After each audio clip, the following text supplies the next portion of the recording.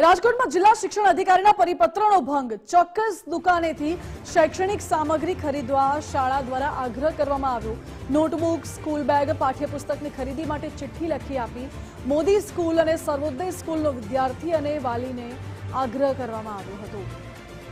HU મોલમાંથી જ વસ્તુઓ ખરીદી વાલીઓને ચિઠ્ઠી લખવામાં આવી હતી। જિલ્લા શિક્ષણ અધિકારીએ સમગ્ર મામલે તપાસનો આદેશ આપ્યો છે।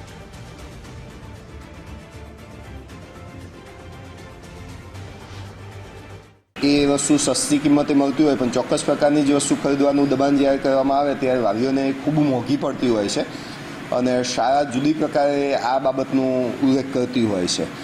આરટીના નિયમો મુજબ 2014માં રાજ્ય સરકારે એક પરિપત્ર કર્યો હતો અને તેના આધારે કોઈપણ બાળકને પ્રાથમિકના કોઈપણ બાળકને આવી રીતે ચોક્કસ દુકાનથી ખરીદી કરવા માટે પ્રેશરાઇઝ નહીં કરી શકાય તેવું જણાવવામાં આવ્યું હતું અને એ જ પ્રકારે ગ્રાન્ટિંગ કોડની જે કલમ 17 છે એ અન્વયે પણ માધ્યમિક શાળાઓ આવી રીતે કોઈપણ વિદ્યાર્થીને પ્રવેશ આપતી વખતે કે પ્રવેશ આપ્યા પછી દબાણ કરી શકે નહીં તેવું નક્કી કરવામાં આવેલું છે।